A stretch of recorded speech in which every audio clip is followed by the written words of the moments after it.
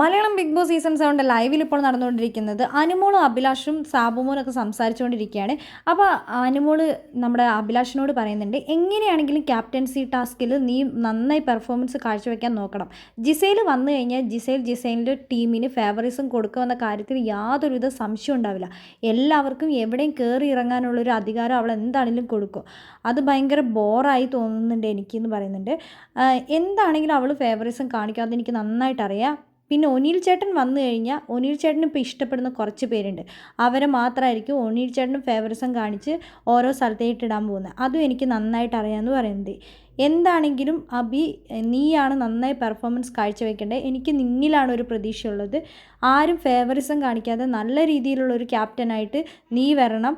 എല്ലാവരും ഇവിടെ അവരവരുടെ ഫേവറേറ്റിന് എല്ലാ അധികാരവും കൊടുക്കുന്നത്. നമ്മളൊന്നും ഇപ്പോൾ ഒരു കാര്യത്തിനും നമുക്കൊരു ഇതുമില്ല. അതുകൊണ്ട് തന്നെ നീ ക്യാപ്റ്റനായി വന്നു കഴിഞ്ഞാൽ പല മാറ്റവും ഉണ്ടാകുമെന്ന് ഞാൻ വിചാരിക്കുന്നുണ്ടെന്ന് അനുമോൾ പറയുന്നുണ്ട്.